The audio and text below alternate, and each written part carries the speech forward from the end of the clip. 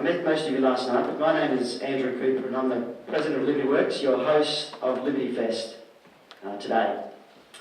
On behalf of our think tank partners, Mancal Economic Education Foundation, and I see Ron Manners there and his wife Jenny and Andrew and Kate and Shani and Eva.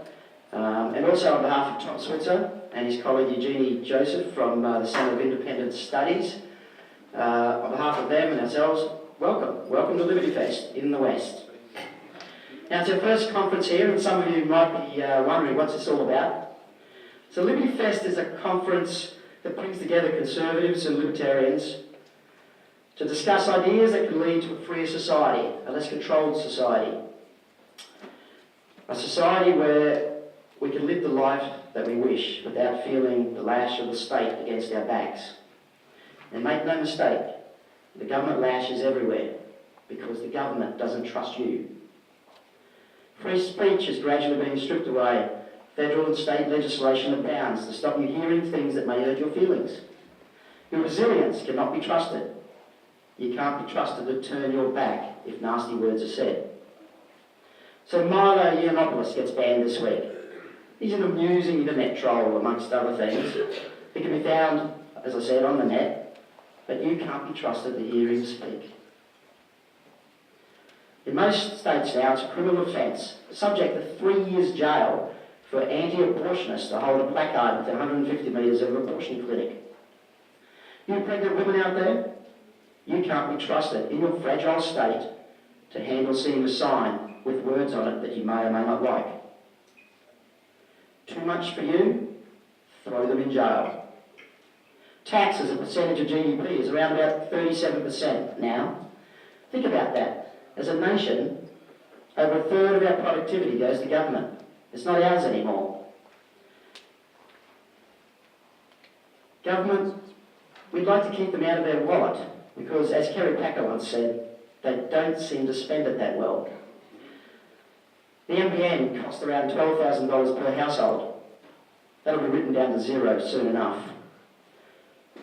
Government debt is equal to about $30,000 per household.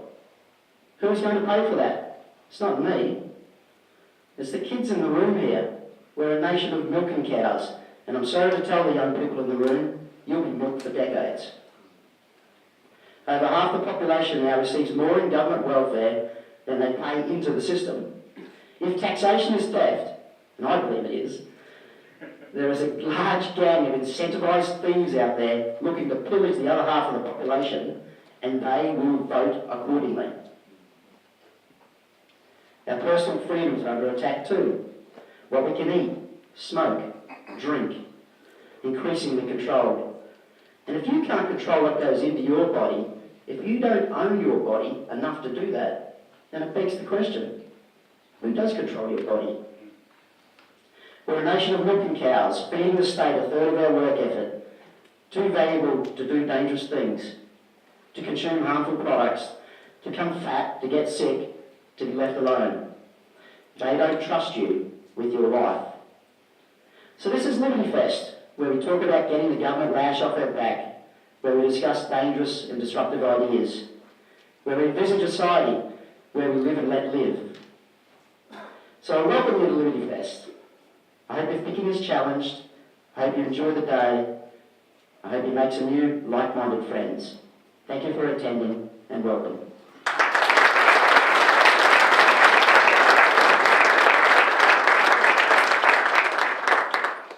Our first speaker today, I'd like to welcome him to the stage, is Tom Switzer, who most of you know from the Centre of Independent Studies. He'll talk about the rise of the Millennial Socialist. And I'm desperately hoping Tom's in the room. Oh, hello, Tom.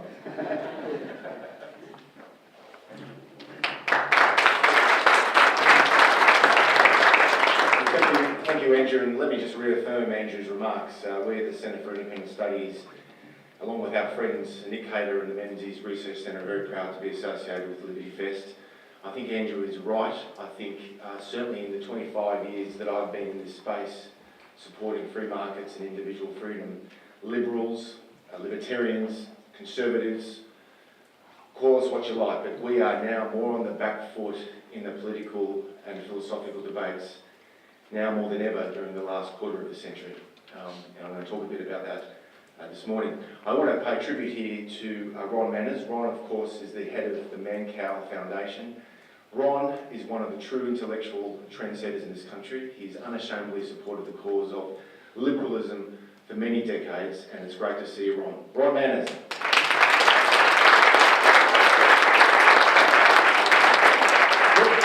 Many of you are familiar with a quote. It's one of my favourite quotes. A week is a long time in politics. It was Harold Wilson, the Labor British Prime Minister in the 60s and 70s, very left-leaning Labor leader. And if a week is a long time in politics, then 30 years is an eternity. If you go back 3 decades ago, when some of you weren't even born, the Berlin Wall fell,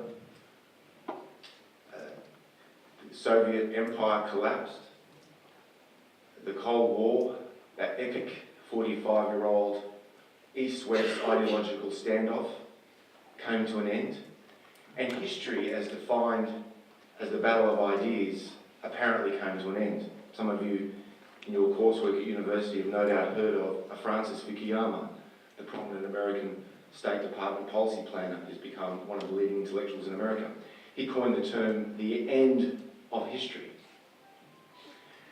And by that he meant that we were witnessing the end point of humankind's ideological evolution and the universalisation of Western liberal democracy and market economics. And indeed, it seemed at the time, in the late 80s and throughout the 1990s and even the early 2000s, that democracy was on the march across the globe. That market economics was universally accepted as superior to socialism. However, the world has not followed that end of history script.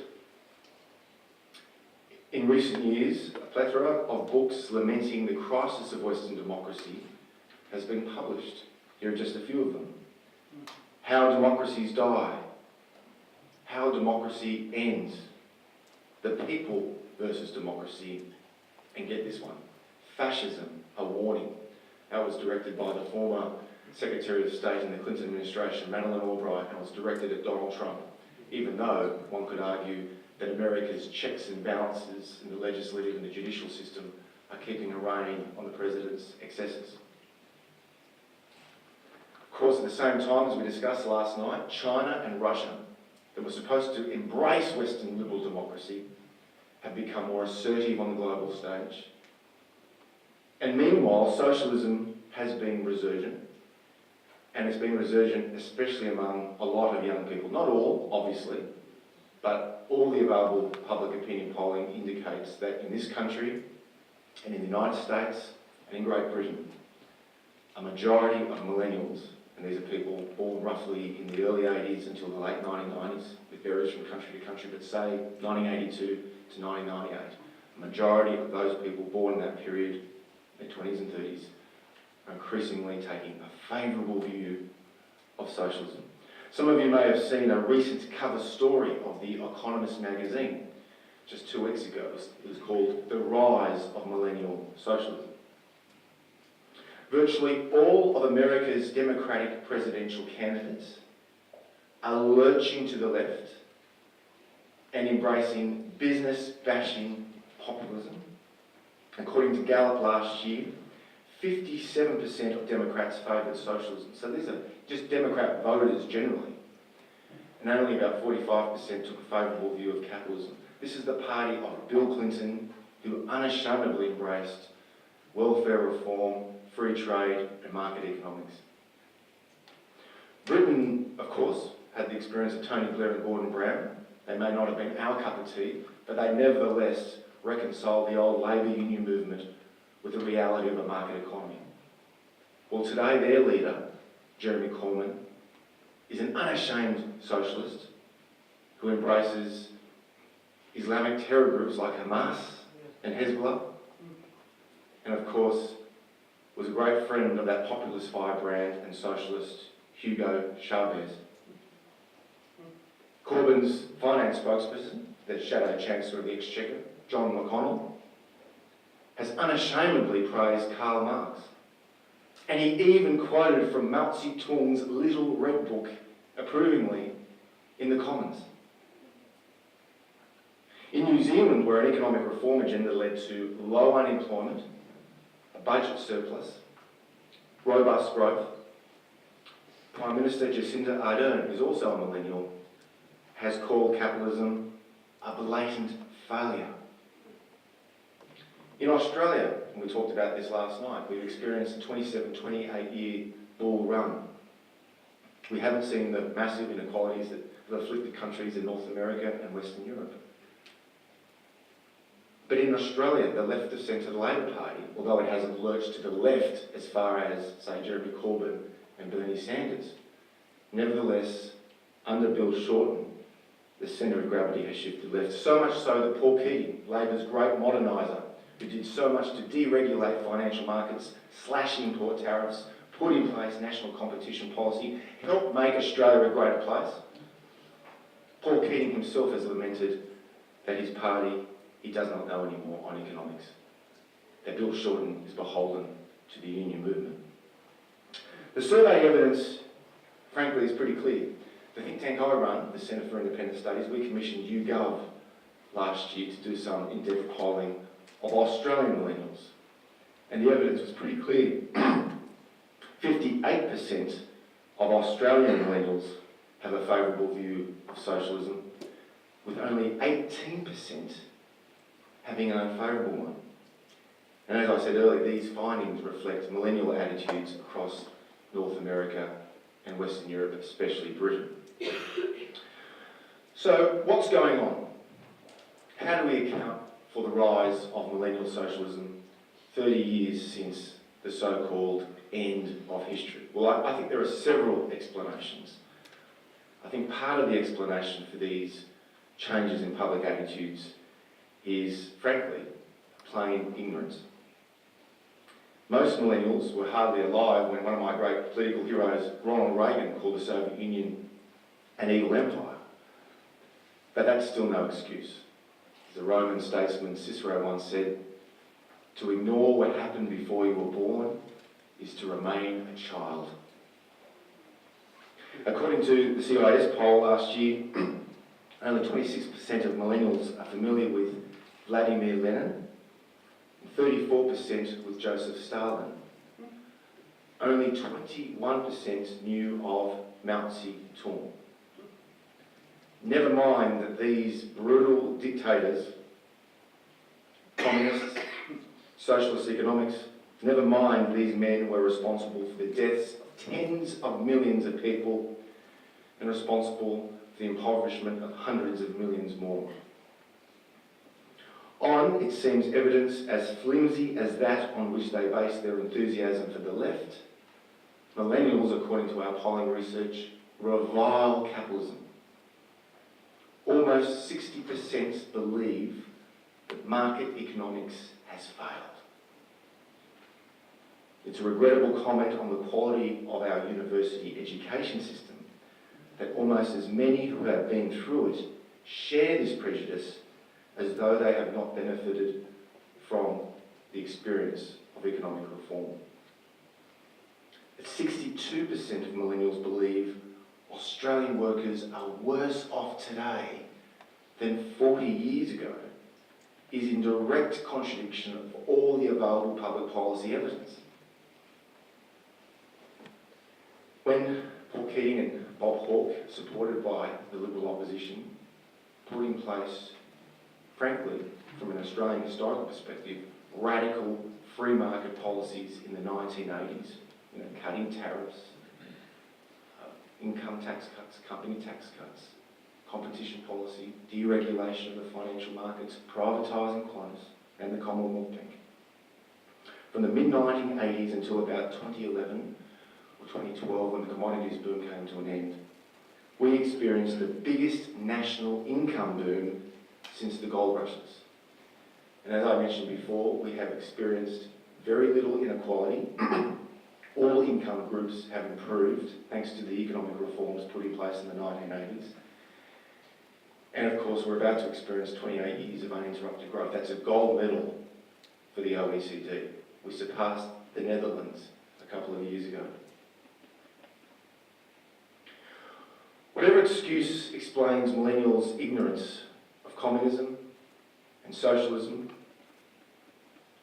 and the extent of today's living standards as a result of market economics, they should at least know about Venezuela, where the socialist regime of the last 20 years has led to repression, an economy in freefall, widespread disease, starvation, and mass immigration. And it's telling when you read the mainstream media's accounts of what's happening today in Venezuela. You will very rarely hear the S word. The Economist newspaper, which ostensibly is supposed to be a publication dedicated to market economics, had a front cover story on the Venezuelan crisis. They must have had about 5 articles. Only once was a socialist word mentioned. Another part of the problem is that many millennials, as we discussed last night, see socialism, or the embodiment of socialism, true socialism, as being reflected in countries in Scandinavia, most notably Sweden. Yet, as many academics have pointed out, Sweden's experiment with socialist policies in the 70s and 80s were a failure.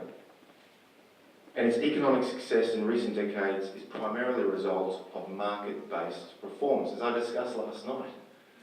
Countries like Sweden and Denmark that have company tax rates at 22%, that's lower than the OECD average, certainly lower than Australia's, and until recently, 10% lower than the United States even.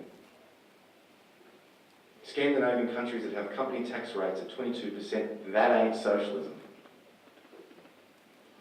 Another part of the explanation for the millennials' embrace of socialism is that, and this is particularly relevant in countries like the United States and Great Britain, since the global financial crisis, many young people are increasingly anxious about their lot in life.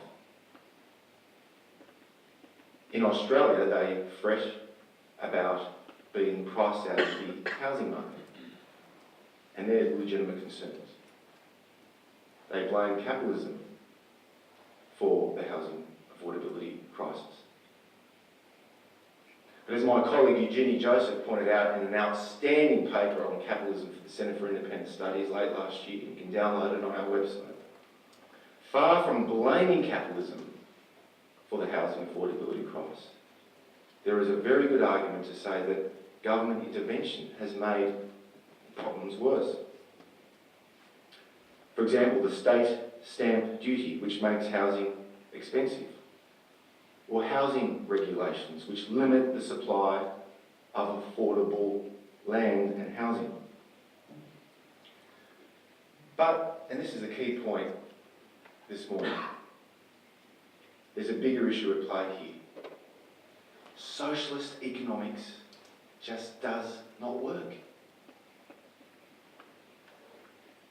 The millennials who are increasingly attracted to socialism should recognise that you don't tax a loss, you tax a profit. Without profit, without capitalism, you can't raise the revenue to help pay for things like health and education and social services that socialists are quite understandably proud of. It's a fundamental contradiction in socialist thinking. There is, moreover, no economy in history that has benefited from socialism. All economies that have enjoyed broadened prosperity and sustained growth have done so through free trade and free markets primarily.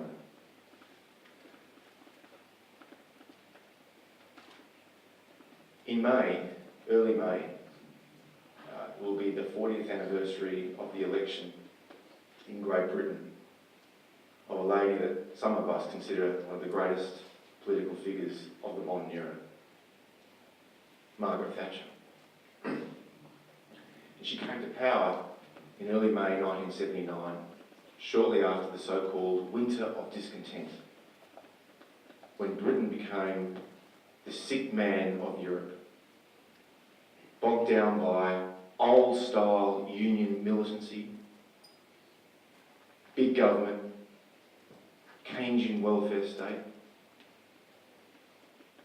and in the course of a decade, thanks to her embrace of market reforms and monetarism, influenced primarily by the likes of Keith Joseph and Milton Friedman and Friedrich Hayek, Thatcher turned things around. And she once said of socialism, quote, "The trouble with socialism is that eventually you run out of people's money." And I think that's the fundamental problem with socialism. So please bear all that in mind during the course of today. And I also, as I said last night, encourage all young people who aren't sure about where they stand in these great philosophical and political and ideological debates to always try to be fair. Don't indulge in that ghastly, toxic polarisation that all too often characterises public discourse, not just in this country, but in Washington, Westminster, many parts of the Twitterverse. I refuse to do Twitter because I think it just makes the polarisation much worse. And I encourage all young people to try to look at the strengths as well as the weaknesses of every scholar and journalist and intellectual and think tanker you'll hear over the next day. Because as I said last night, John Stuart Mill, the great British liberal, once said, "He who knows only his own argument knows little of that. And only when you take seriously your opponent's strengths do you realise your own side's weaknesses." Thank you.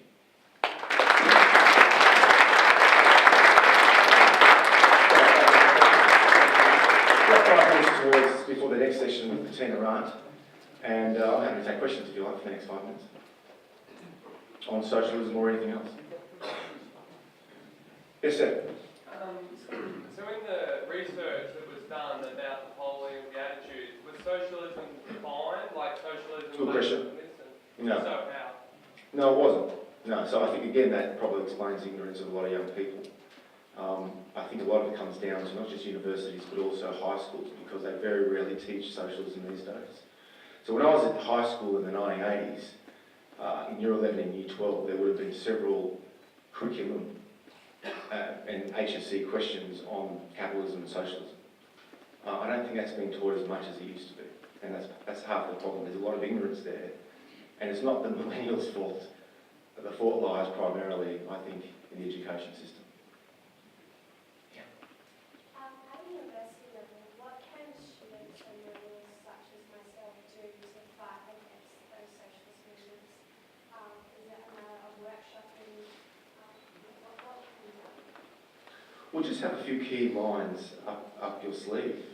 I mean, I've become a pub bore on this question about socialism and capitalism, but I mean, this is a line that it's hard to refute. Now, I know we're going to have debates and discussions about the question of whether taxation is theft.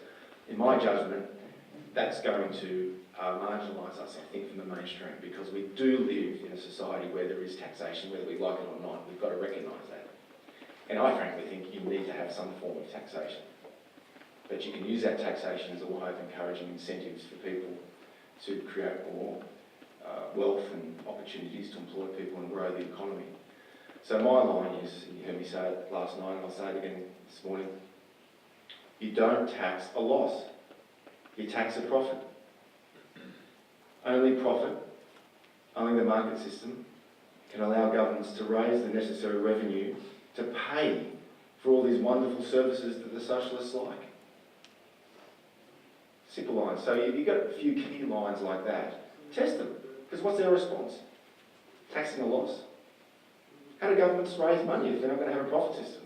As I said, there's no economy in the world that has benefited from socialism. Steve? Alongside that argument there, are there any examples in Australian history where the reduction in taxation has actually led to an increase in tax revenue? I know there is in the US, for example, but I can't think of one in Australia. as a counter to that argument about... Well, I think you could argue that in the Costello era, from the Howard Costello era from 1996 to 2007, coalition governments put in place some tax cut measures. They obviously transformed the tax system by implementing a value-added tax or GST, but that corresponded with cuts to personal income tax and even company tax, and government receipts went up. Many of Costello's critics say that the only reason why we had those big budget surpluses and were able to pay off the debt is because of the commodities boom. That obviously helped, but remember the commodities boom didn't really start in this country until about 2003, 2004, some say 2005. And Costello and Howard managed to pay off the debt and the surplus, and then build a big surplus or a decent surplus well before that. So I think that's an example of where it's worked in Australia. But you're quite right, in the United States, there's more evidence. Yes. By the way, you know, the great thing about these functions is if you can't answer questions fully, these sort of formal sessions, we can do it over lunch or having a few beers tonight. I was just wondering, with the rise, as you were talking about, with a lot of millennials moving towards the more socialist values, as much as that's the majority, are there any signs of even a minority due to that more strongly shifting to a more conservative capitalist base? Well, I don't know any solid evidence to suggest that's the case, but my understanding is that the next generation, can someone remind me what's the next generation after millennials? Gen Z. Gen Z, right. Apparently, now obviously they're very young, they're in their early 20s and late teens, but anecdotal evidence indicates to me that they're actually taking a more sober view of these issues. And this is evident on a lot of YouTube channels. You talked about the GFC and how socialist economic policies made the recovery a lot worse than it could have been. Are there any sort of free market economic strategies that you could instead recommend that could have been utilised instead? Free market solutions to, instead of what, sorry? Instead of, free market solutions to combating our economy post-GFC. Okay, well look at the United States. This is a classic case in point. So the financial crisis took place with the subprime crisis in September of 2007. A year later, when all those big banks went under, that sparked the global financial crisis. President Obama came to power in early 2009 and put in place a lot of big spending, let government solve it, interventionist policies. And the economic recovery in 9, 10, 11, 12, 13, 14, 15, 16 was, all things considered, pretty sluggish. I think the average growth rate during that period was about 1.4% a year. So Trump comes into place. And Trump, of course, I wouldn't say is one of us. He's not a free marketeer or a classical liberal or a libertarian. He's an old-style populist. And nevertheless, he's surrounded by some decent free market conservatives, and he put in place in 2017 tax cuts and a series of deregulatory efforts and encouraged the shale gas fracking revolution. And the economy's been growing in the last 2 years under Trump by 3%, maybe 3.3%. I might be wrong on the specific details, but it's almost twice as fast, the economic growth rate, as it was under his predecessor. So that, to me, and I'm not alone here, this is the overwhelming conventional wisdom of the Wall Street Journal editorial page and a lot of other economists, Trump's putting in place deregulation and tax cuts, free market policies, helped grow the economy in a way that we didn't see under his predecessor's more interventionist policies. One more? Yep. There was an article in the Washington Post from Emily Atkins from Cato Institute a few years ago. And Cato is a good, sound, free market libertarian think tank. Yep. She mentioned some polling about on the rise of millennial socialism, that millennials, once they start making above a certain amount of income, start to oppose income redistribution. That when it's explicitly mentioned about larger government will come at a higher tax cost, that they start to support smaller government and less taxes. And previous generations, such as baby boomers and I think it was Gen X, in their own days, also supported bigger government. So is it possible that this is a solution which will actually, or this is a problem that will actually solve itself over time? There's a famous quote often attributed to Winston Churchill, and I'm sure you've heard it, and I hope I get this right, that if you're not a socialist by the time you're 20, you have no heart. If you're not a conservative or a free marketeer by the time you're 40, you have no head. And that's precisely what you're saying. I don't take that optimistic view, unfortunately, with respect to this younger generation. because my colleague Charles Jacobs and I produced a paper a year ago, and we looked at, unfortunately the data's not really available in Australia, but we looked at America and in Great Britain. And today, there's no question that younger generations of Brits and Americans support your Bernie Sanders and your Jeremy Corbyns by pretty significant pluralities. But the younger generations in the 1980s supported Thatcher and Reagan more or less in accordance with the national voting priorities. So that to me indicates that this younger generation, to the extent that these trends continue, are more likely to be interventionists. And the chairman of the think tank I run, Nicholas Moore, who's a long-time chief executive of Macquarie Group, who's conspicuous in his media absence from the fallout from the Royal Commission, comes out and looking very good. But his concern, this is my concern too, is that when the next crisis happens, when there is indeed the next recession, which will happen, all capitalist economies are afflicted by ups and downs. But with sluggish Chinese growth, the fallout from Trump's tariff wars, the declining value of the euro, the potentially chaotic British exit from the European Union, we could have some rocky days ahead of us. And if that happens, younger generations of policymakers are going to use this crisis as a way of increasing the size and the scope of the government. And I would argue that would make a bad situation worse. Thank you so much. Enjoy the day.